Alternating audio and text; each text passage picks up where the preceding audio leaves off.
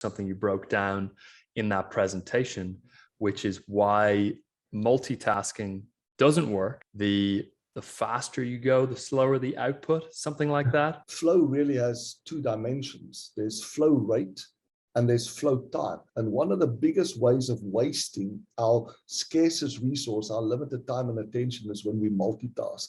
Have the courage to challenge basic assumptions, like say it's quit smoking, continue smoking. The reason why we don't stop is not because we don't know how good it will be if we stop smoking.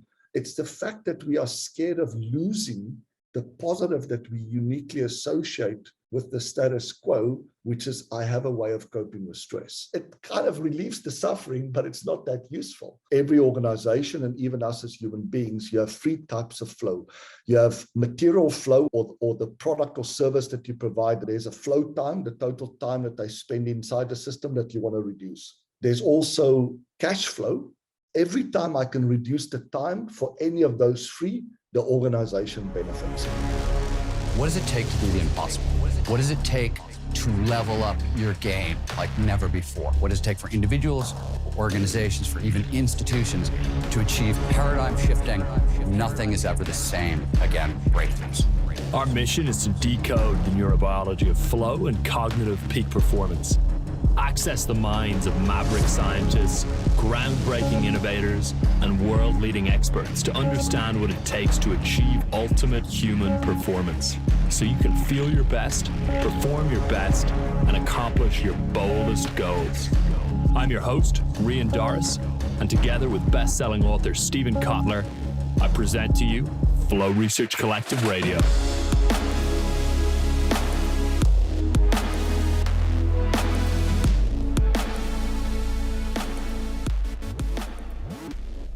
Dr. Alan Barnard, welcome to Flow Research Collective Radio. Absolutely great to have you here. Been excited for this one. Thank you so much, Rian. So we met at an event near LA about a month ago now, I believe, and I was mind blown by your presentation. It was absolutely phenomenal and caused me to think about things that we teach here at the Flow Research Collective around flow and peak performance through entirely new lenses that are based on your work and your world of research. So before we go into your backstory and we talk about what you do overall, I would actually love to ask you a specific question, which was something you broke down in that presentation, which is why multitasking doesn't work. And I think the phrase you used was something along the lines of the faster you go, the slower the output, something like that. Maybe I'm butchering that one, but maybe you can give that breakdown as well. Sure. So this goes all the way back to the mid-1990s when Dr. Goldberg, who was my mentor, he's the creator of Theory of Constraints, started getting organizations to ask, well, can this Theory of Constraints apply to project management? So if you think about flow really has two dimensions. There's flow rate, so how much I can do, and there's flow time, how long it takes me to do stuff.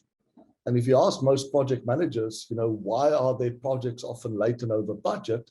What they will essentially do is they'll give you a list of reasons that all boils down to the world is not perfect.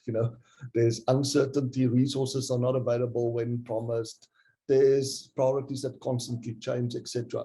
And Dr. Goldberg's discovery was that actually it's not the fact that there's uncertainty and variability. Of course, you have to always deal with that.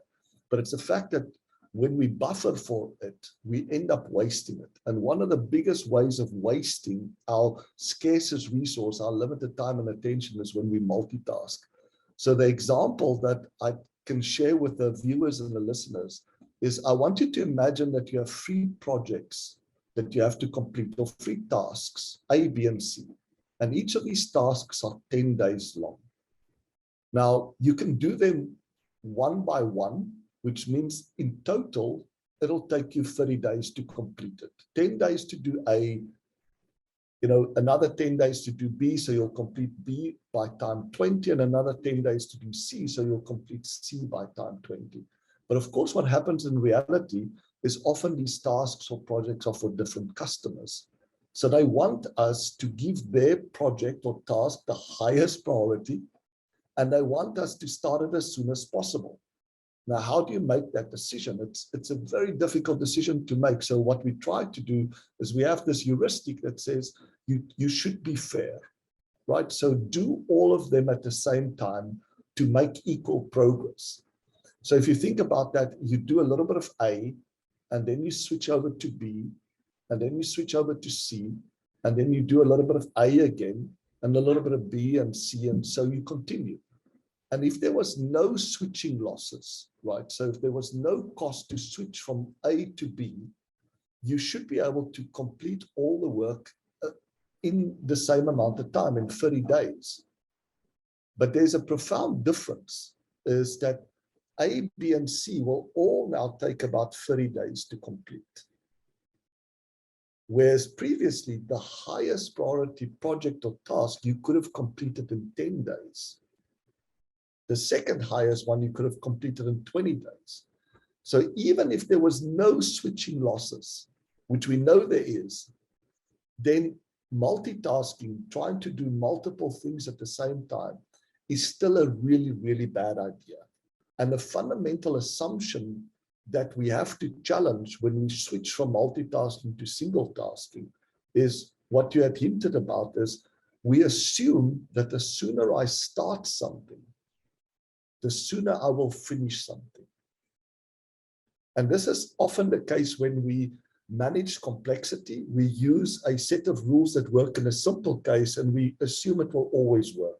And it causes local optimization. So the sooner I start something, the sooner I finish it is absolutely true if I'm doing one thing. But as soon as I do 2 or 3 things or more, then that assumption no longer holds. So I want you to imagine that those 3 boxes, right? A, B, C, each of them are 10 days long.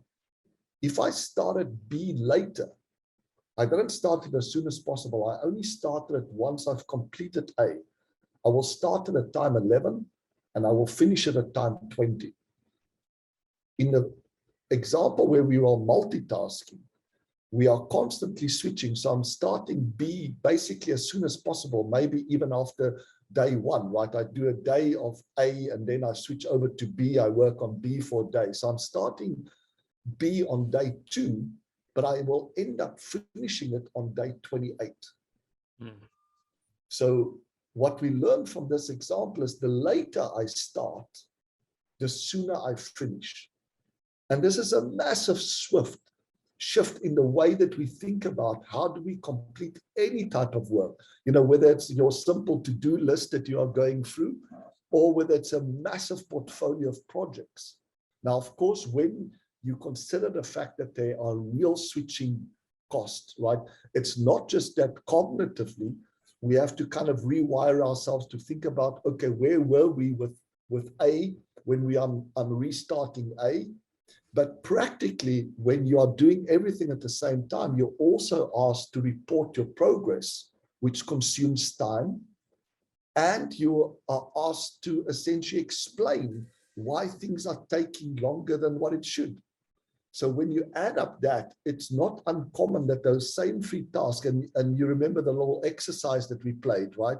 That same 3 tasks would take the equivalent of 60 days to complete rather than 30 days. Essentially, what we do with a little exercise that your viewers and listeners can play is imagine project A is writing characters 1 to 10, right? Just simply writing them down on a column. Project B is writing letters from A down to J, just 10 letters down. And project C is just repeating 3 symbols 10 times, right? And essentially multitasking is where I'm writing a 1, and then I'm writing an A, and then the first symbol of a square, and then going back to 2 and B and C. And what they will experience is when you are multitasking, even with an activity that involves a really simple task where there shouldn't really be much switching cost, it takes you double the amount of time to complete versus single tasking, which is focusing and finishing, just writing down 1 to 10, A down to J, and then doing the 10 symbols. And that's just the essence of multitasking. Is it's all based on this false premise that the sooner I start something, the sooner I will finish it. Absolutely true if I'm doing one thing. Completely untrue if I'm doing 2 or more. And as most of your viewers and listeners will know, that's our life, right? We are always doing at least 2 or more things at the same time. So multitasking is a really bad idea. Everything takes longer. You get much less done. As a result, because costs are obviously often associated with time, it costs you much more than what you expected. And you also make much more mistakes, because if the mind goes into this multitasking mode, it's almost chaotic, and you just end up, making more mistakes. It feels like common sense that if I could do things in parallel, I should be able to do them faster, right? Mm-hmm. It feels like if I do things in series, it will take longer. And yet this is a very simple proof that the opposite is true when it comes to us as human beings doing work. Yeah, the counterintuitive nature is that, you would assume if the things are actively moving forward, all of them are, that they're going to all be completed faster. But in reality, it's actually more effective to leave things completely static and move one thing forward actively, and then to just repeat that process. Just the implications of this is we recently worked with a construction company that were doing condos, and they basically had one team working on 2 condos at the same time. And it was generally taking them about 120 days to complete these 2 condos. We got them to just stop multitasking, just work on one condo at a time, make sure that they have a full kit. So when they start, everything is there. And they were able to cut the lead times down by almost 50%. They were doing now 2 condos in about 70 days compared to 120 days. So that is the massive impact you can have. And the effect is cumulative. If you just stop multitasking yourself, you don't need anybody's permission for that, right? Because as you can see from the example, both A, B, and C will benefit if you just stop multitasking. It's less important on how you prioritize A, B, and C. It's more important that you do, right? It's when you don't have a priority and you try to do them all at the same time that it causes damage. So when one person can stop multitasking, there will be a benefit. But if everybody can do it and you synchronize their priorities, everybody's now working on A, then we go over to B, then C, then the business impact is massive. Yeah, thank you. Thank you for clarifying that. One thing I would love you to give us a breakdown on in a few minutes after I ask you this question is some examples of the work you've done. I know you gave an incredible example to us of a huge initiative you did with Microsoft, and that was really fascinating. So I'd love you to touch on that in a moment. Before we do that, I want to mention that your bachelor's was in industrial engineering, and then you did a PhD in management of technology and innovation. You told me that there was a big emphasis on decision science within this, and your thesis was titled "How to Identify and Unlock Inherent Potential Within Organizations and Individuals." And so the first question is, what was the core point that you were making in your thesis that had that title? Sure. When I had this life goal very early on that I mentioned of helping others identify and unlock inherent potential. So that requires a belief or an assumption that there's already potential there. You just need to find it. It's invisible, right? But it's inherent. You need to find it. What I soon discovered was that really what's holding us back is not our starting conditions, but our starting assumptions. Whether you believe you can do something or can't, you're right. That's a famous quote of Henry Ford. So I had a really interesting experience very early on in my life where I realized that whether you believe you can do something or can't makes a profound difference, because at least it will get you to try. So then I read Dr. Goldratt's book, The Goal, and already in the foreword of The Goal, he hooked me, because what he had done is he had verbalized it, at least in my understanding, the simplest formulation of the scientific method. He said, if you want to make a breakthrough in any field that you are interested in, it just requires 2 steps. Step number 1 is have the courage to face an inconsistency. So an inconsistency is simply an expectation gap, right? Our current performance is, it takes us 4 weeks to get this thing done, but the actual work time is only 4 days. Like, why is there such a big gap? You know, when I place an order for a computer and they quote me 4 weeks, and I know it takes them a couple of hours to assemble the computer, or I order a passport from the government agency and they quote me 3 months when I know it's probably a couple of minutes to get a passport right? Or I know my bottleneck is capable of doing 20 a day, but the system is only doing 5 a day. Like, that's an inconsistency. There's an expectation gap. But then he said the second question is that, or the second step is, have the courage to challenge basic assumptions. So imagine there's this expectation gap, right? How do we cope as human beings with this expectation gap? We basically do 2 things, neither of which is very useful. The first one is we find someone or someone to blame for the expectation gap, right? This is kind of the midlife crisis, right? Suddenly you realize midlife, you haven't achieved anywhere towards your goals. You've promised all your friends you're going to be retiring by the age of 40 and you're nowhere close to retiring. And now you have to find someone or something to blame. So you blame your family. If I didn't have a wife and kids or a husband and kids, you know, I could have done so much more if it wasn't for the government. It kind of relieves the suffering, but it's not that useful. The second way of coping with an expectation gap is we start lowering our expectations. And to some degree, that's even more devastating. So what Goldratt did was he challenged us to challenge the assumptions on which our actions are based to realize that expectation.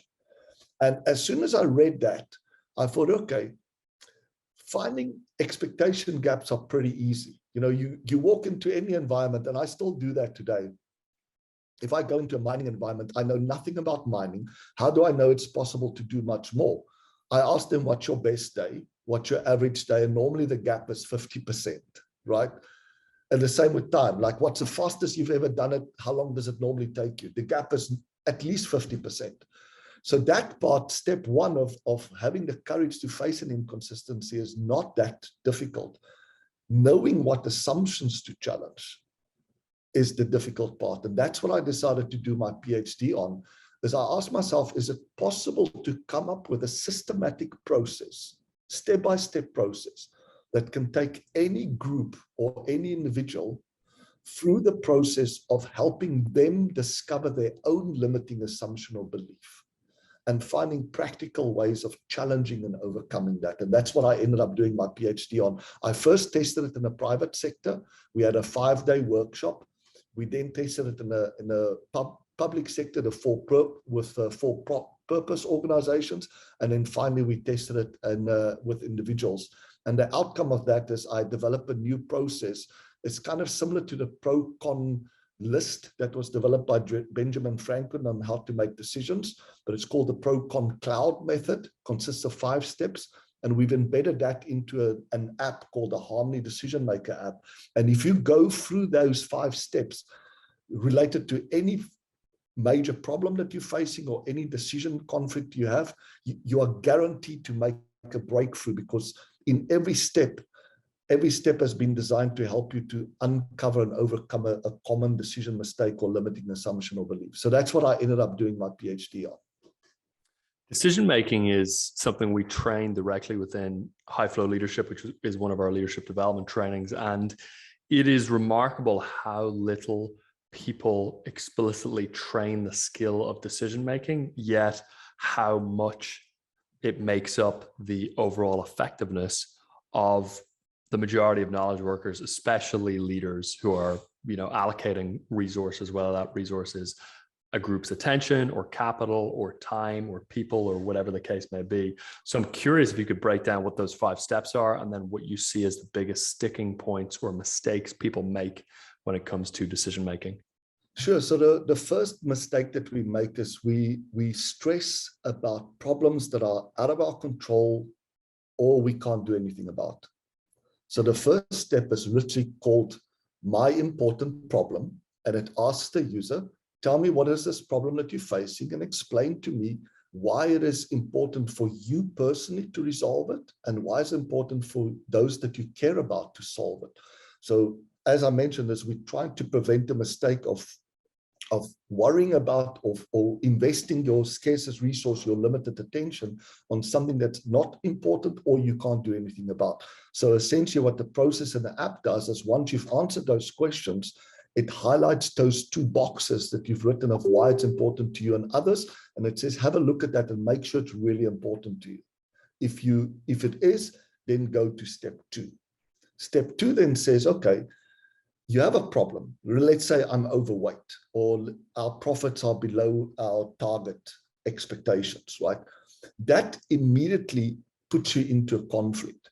So a more precise definition of a problem is actually an unresolved conflict. So if my problem is I'm overweight, then I might have a conflict between go on a diet versus don't go on a diet, or go for extreme operations like a gastric bypass or don't. Now I'm stuck. So what's a mistake that we make here is that we only typically look at the pros and cons of the decision, the option that we are considering. And we all know that we have a major bias in certain directions. So we have a major bias towards not losing anything compared to gaining something. So when we ask for the 2 options, like say it's quit smoking, continue smoking, right? So there's a change that I have to make and the status quo. We ask the person to look at both the pros and the cons of each of those options. So not just the pros and cons of the change, but also the pros and cons of not changing. And what we got from that was really fascinating, is that we essentially procrastinate because of an exaggerated fear of loss or effort or risk. So if the pro of continue to smoking is that it gives us a way of coping with stress, the reason why we don't stop is not because we don't know how good it will be if we stop smoking. It's the fact that we are scared of losing the positive that we uniquely associate with the status quo, which is I have a way of coping with stress. The other reason is the negative of the change. So if I'm worried that I will gain weight, that's the con of stopping to smoke, or the effort it will take and what if it fails. So what we realize is that from that simple diagram, you have the 2 changes. Above each of those, you have their pros. Below each, you have their cons. The pro of not changing and the con of changing, those are capturing our exaggerated fears of loss, effort, or risk that could block us from making a good change. And that diagram, which I call the pro-con cloud, simply exposes that it transfers those fears from the subconscious mind into the conscious mind when you ask the right question. And then you can challenge them. You can say, okay, what can I do? So I want to stop smoking, but I don't want to give up having a stress coping mechanism. What can I do there? Well, maybe I do meditation. Great. So I call it change plus plus, right? What can I add so I don't have to give up that stress coping mechanism? And what can I add to prevent me from gaining weight because I start snacking? Maybe I can do exercise or I have some discipline in doing that. So that's what step 2 is about, is to verbalize the problem as an unresolved conflict.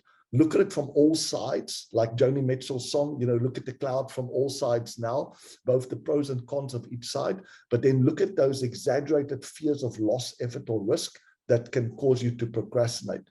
The reason why we overreact sometimes is if you think about why do you sometimes lose your temper, right?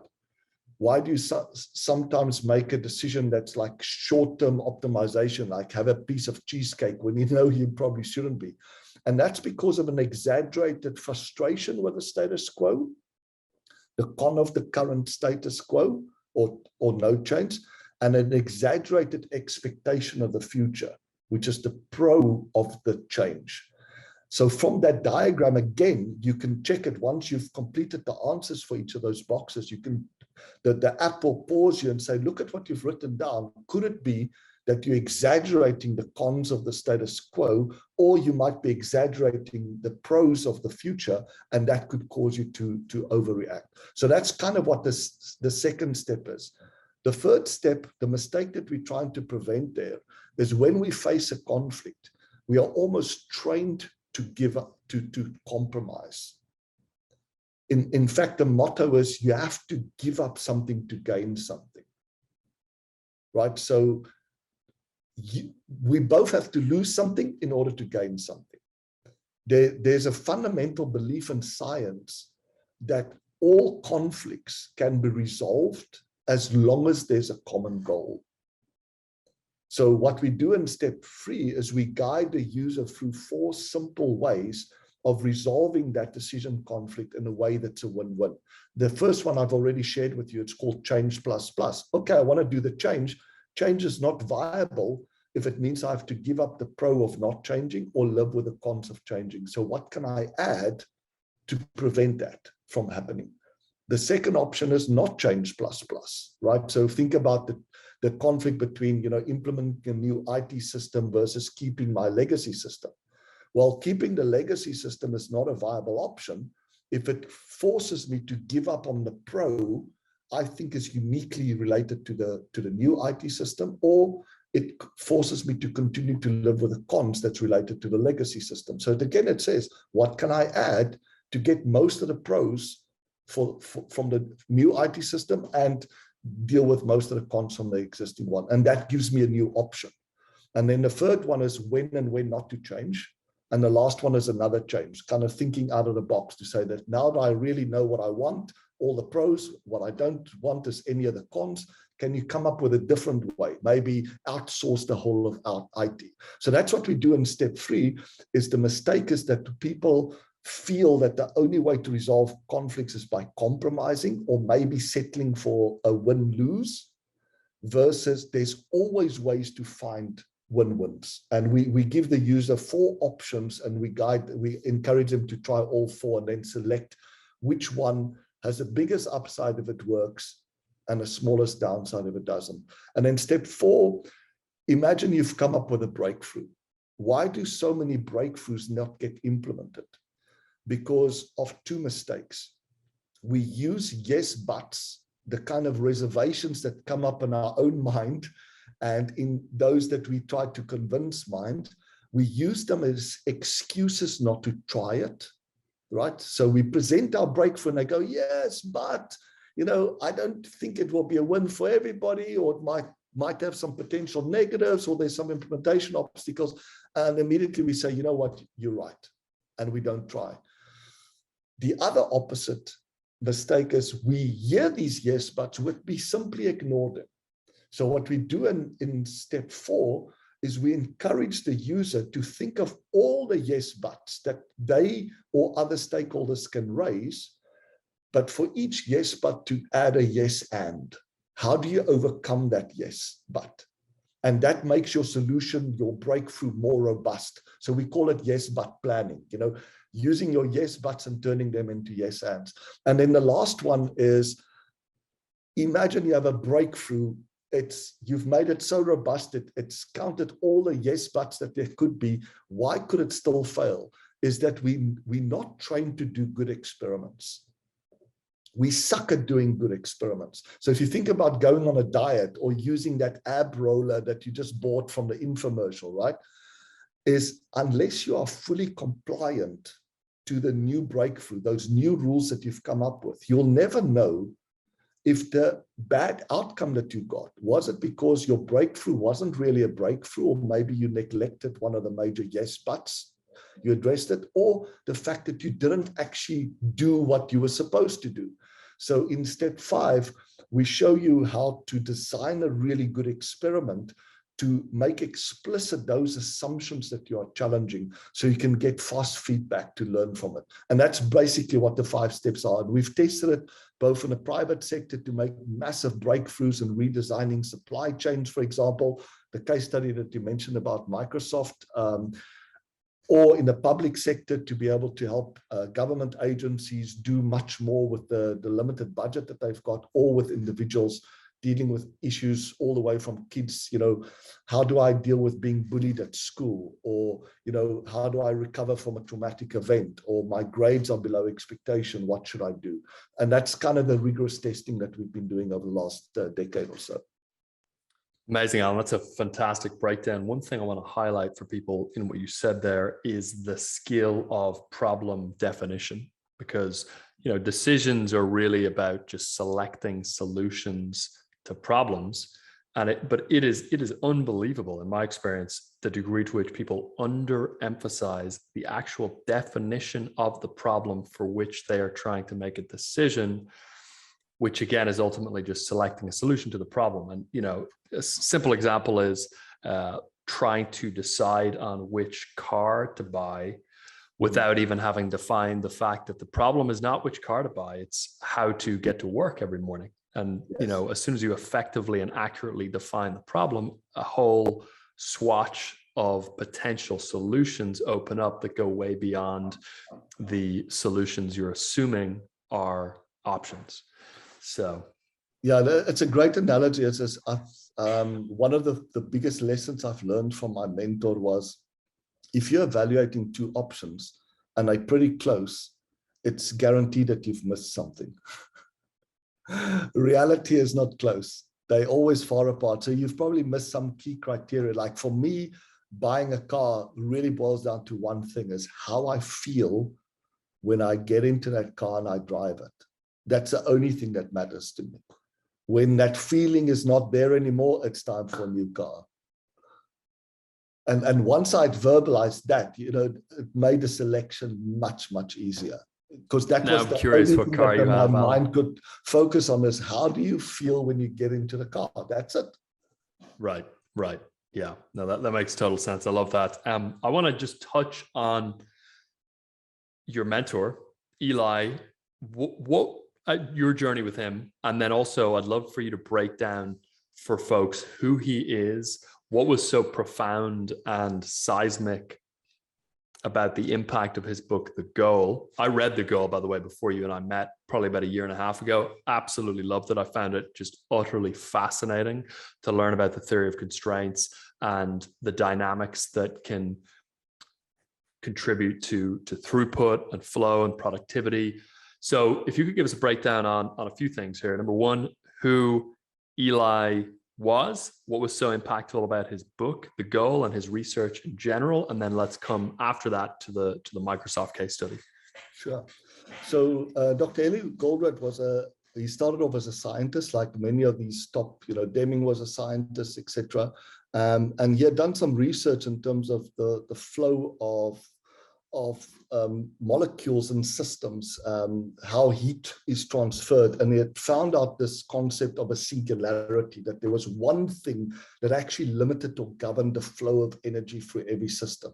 He then got an opportunity to apply that to a manufacturing environment and found out that there was the same concept was there, that the biggest mistakes that you can make when you're trying to make commitments or you're trying to plan is to consider every possible resource. It makes it an almost unsolvable mathematical problem.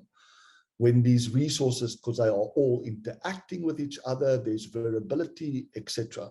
You can dramatically simplify the problem if you focus on what's the bottleneck. What is that one resource that limits the throughput rate? It essentially governs the upper potential of what that system is capable of. The analogy is the weakest link, right? How many weakest links are there in a chain? One. Does it matter if there's 3 links or 300 links? No, there's always only one weakest link in the chain. And I think that insight to help managers focus on where to improve is profound, because suddenly I don't have to look at everything. I can try to find out where my bottleneck is. Unfortunately, what happens in real life systems is, over time or by design, they design systems that have balanced capacities. So they say, look, we want to be able to cope with 10 customers a day, make sure that each of the processes can do 10 per day. But essentially what happens is you then create a system that is chaotic. The bottleneck is moving all the time, and it's really, really hard to make reliable predictions about what will come out. And it's extremely difficult to know how to manage that system. So a very counterintuitive way of doing it is to actually pick a resource and make that the bottleneck. slow it down so that upstream there's enough capacity to build up inventory in front of your bottleneck to make sure your bottleneck is never starved. And downstream, there's some protective capacity to consume everything that the bottleneck can produce so that the bottleneck is never blocked. And if the bottleneck is never starved or blocked, the system will be able to do what the bottleneck is doing.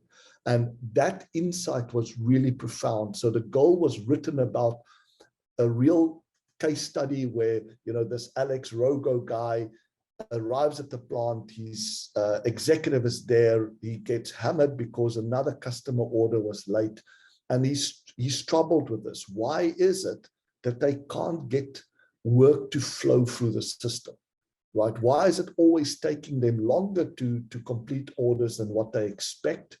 And why does it end up costing them more? And through the help of a kind of a guru or mentor in the book called Jonah, Jonah is asking him all the right questions. And through that, he discovers the importance of knowing where your bottleneck is, making sure that you are fully exploiting that bottleneck. So it's never starved, it's never blocked, it's never waiting for planned or unplanned downtime or for setups. And that's the way to dramatically improve the performance of the system. So it's a massive simplification that you can apply to a system that has just 2 or 3 resources, or to a system that has thousands of resources.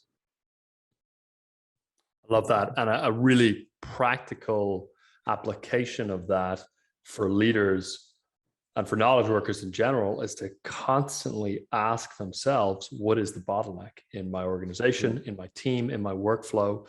And then to focus disproportionately on that bottleneck until it's alleviated, due to the point you made, which is that the system can't exceed the bottleneck.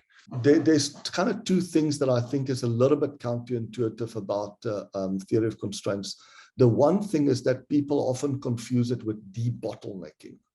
So imagine debottlenecking means I've got a system, the first process can do 11, and then the next one can do 9, and the next one can do 7, and then 6 and 10 and 8. And we've got a demand of 10, right? So I find the first one and I move its performance from 5 to 10. And then I take the second one and I move the performance from 7 to 10, etc. That ends up creating a balanced system that everything can do 10.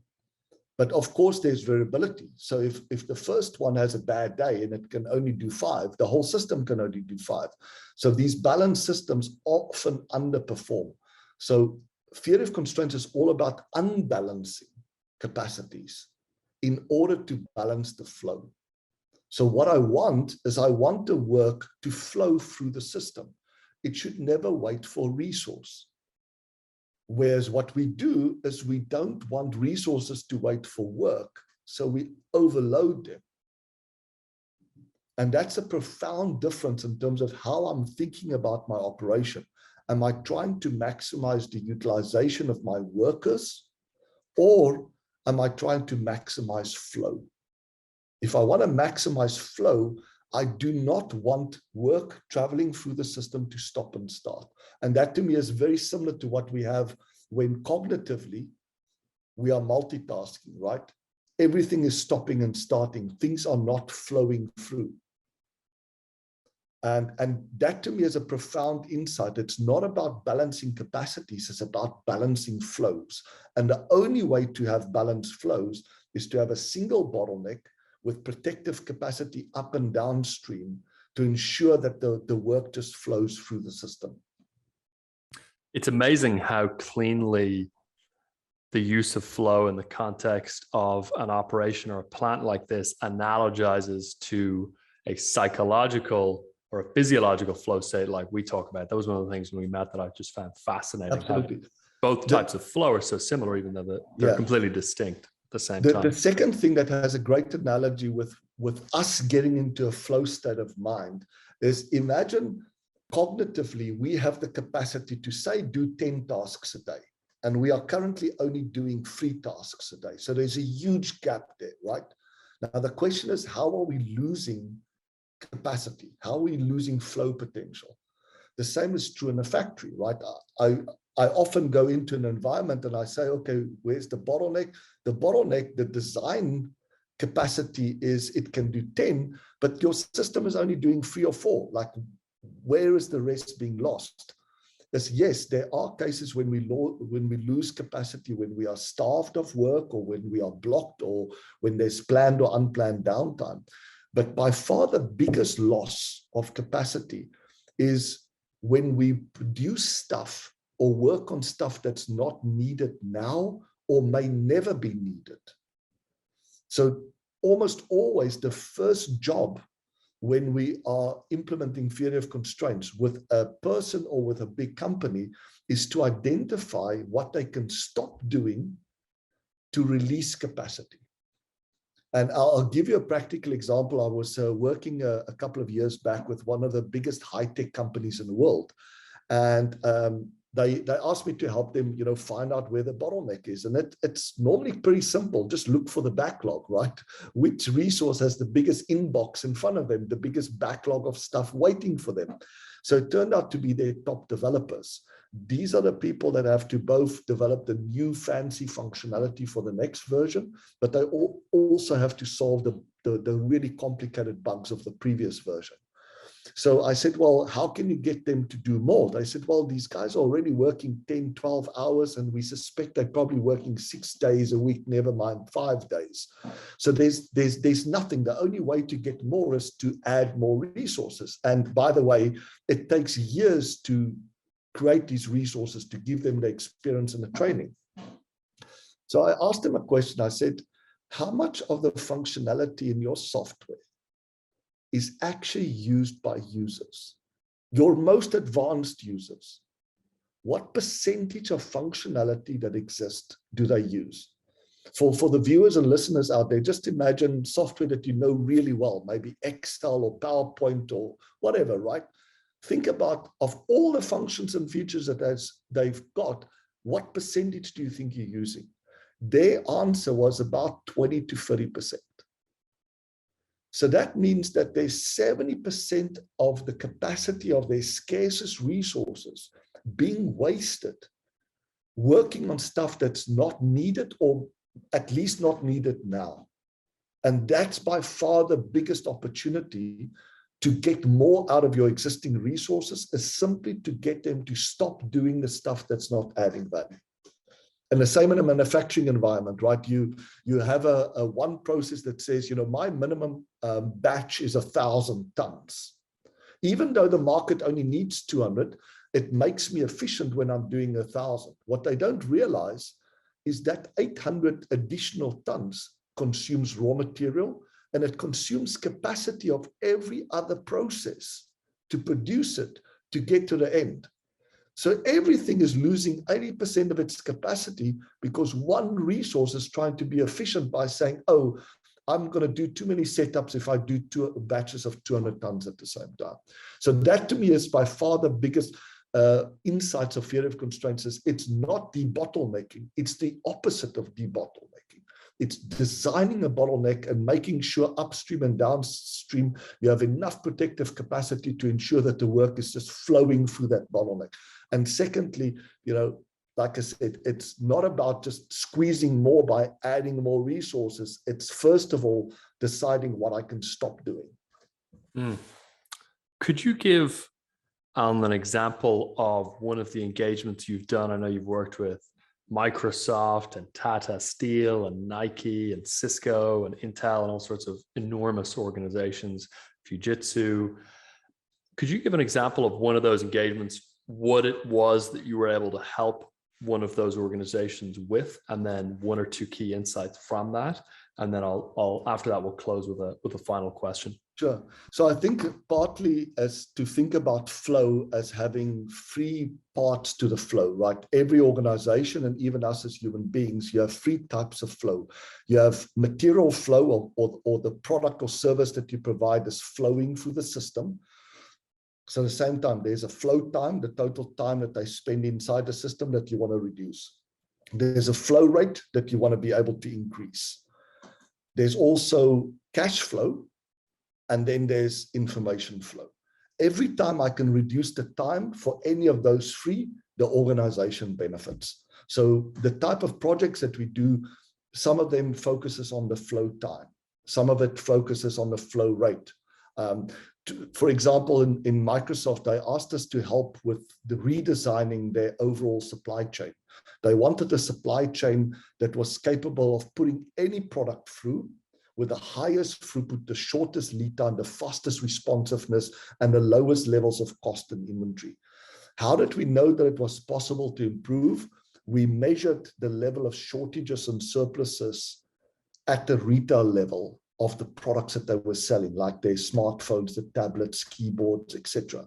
And we then designed a solution that were quite counterintuitive, that were using some simple heuristics of getting feedback of what's actually selling. So not trying to solve the problem with more sophisticated or advanced forecast, but rather by getting the demand signal of what's actually selling faster back to everybody.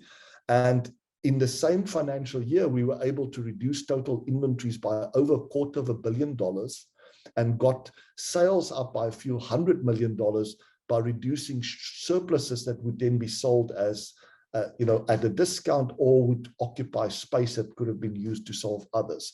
So that's one example. When it comes to cash flow, for example, we worked with one of the largest book publishers in the world, and they had this very ambitious target of doubling their net profit. So their sales in the US was about 1.5 billion, they had profit of about 150, and the CEO had committed to doubling the net profit from 150 to 300. And we looked at, well, what are the opportunities to do that in the simplest, fastest, lowest cost, lowest risk way? They assumed that to double net profit, they would have to double volume, which means that they would have to publish more books and getting into more markets. Both of those very costly and risky. People kind of ignore often leverage. So I asked them, do you think that customers care, really care, whether they pay $20 or $22 for a book? And I said, probably not. So I said, okay, if you could just increase the average selling price of a book by 10%, your revenue will go up by 150 million. From 1.5 billion, add 150 million. Your variable costs won't go up, your fixed costs won't go up, that whole 150 will drop to the bottom line.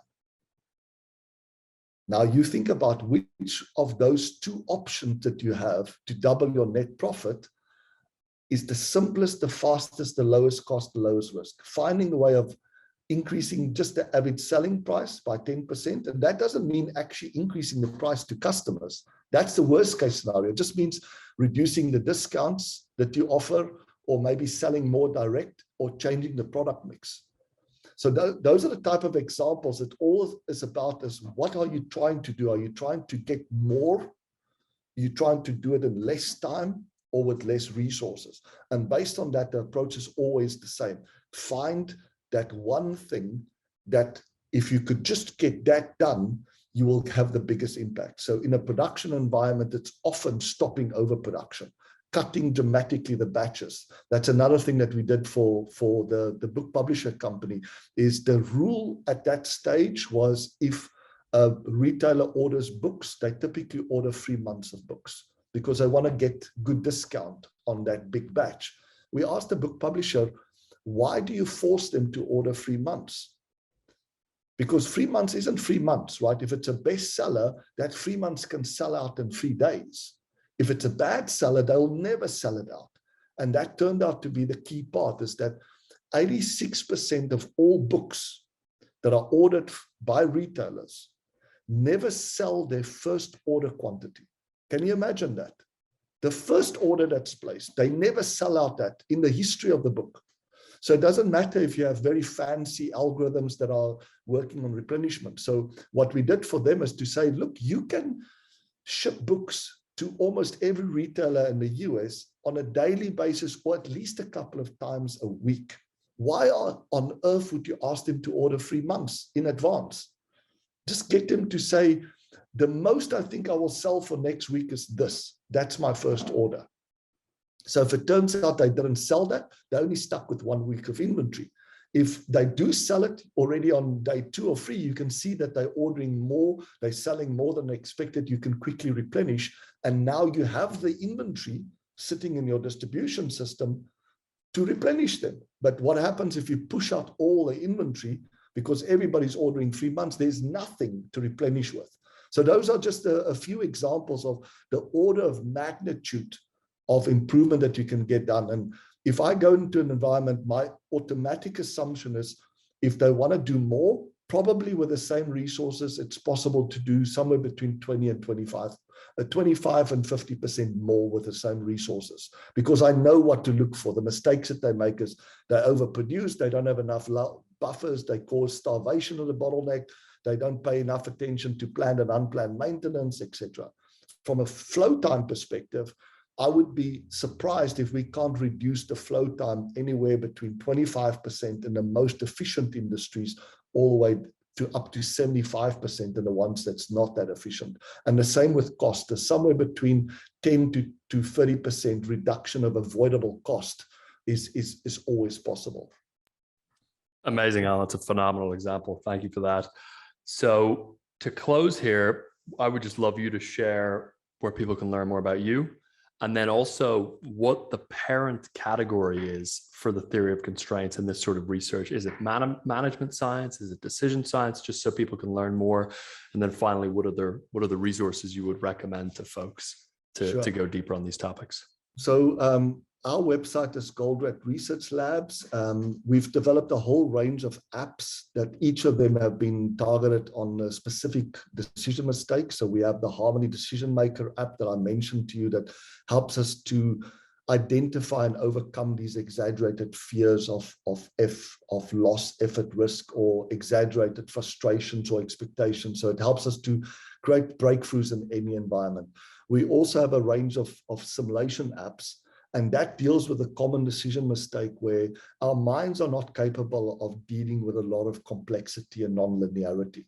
So today we can build digital twins for full supply chains and full project management systems that help us to press the play button, see what will happen.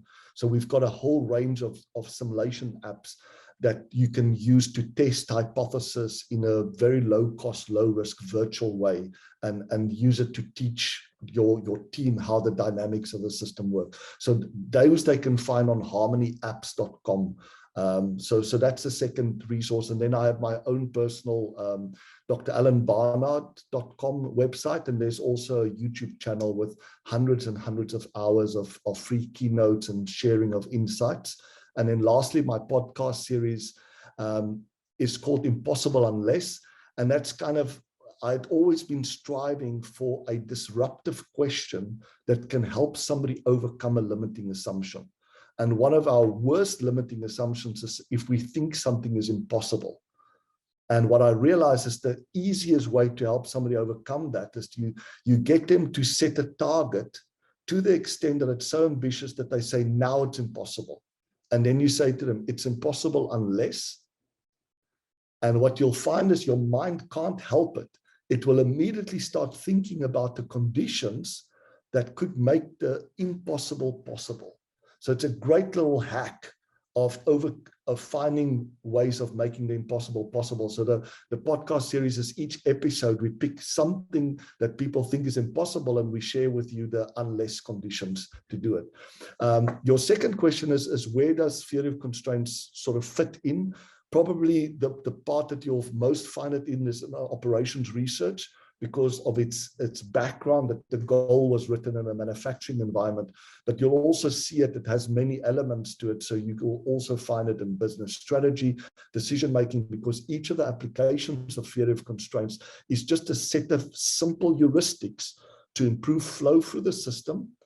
But even though they're simple, they often are counterintuitive, like don't multitask, or the slower I go, the more I get out. Those are the type of things that you can get. And then in terms of reading up, the goal is still the most common resource that we recommend for people to read. There's also an amazing movie that's about 50 minutes long that people can get if they don't want to read the book. But if your field is more project management, Goldratt wrote Critical Chain Project Management that shows you how the theory of constraints is applied to project management. If your field is more retail and distribution, there's a book called Isn't It Obvious that he wrote. And if your field is more high tech, there's a book called Necessary But Not Sufficient. Each one of those are real classics within those fields, and they're really good at coming up with those simple but very profound insights of how to improve flows through those systems. Amazing, Alan. Thank you so much. Incredible insight and wisdom shared, and phenomenal resources for people to dive deeper. I know lots are going to. So thank you so much for coming on Flow Research Collective Radio. It was an absolute blast. Thank you so much for the invitation, Rian. If what you've heard on Flow Research Collective Radio has been helpful, please consider doing us a solid and leaving us a review on Apple Podcasts, Spotify, or wherever you are listening to this. Reviews help us connect to a wider audience so we can get these peak performance principles out to more people.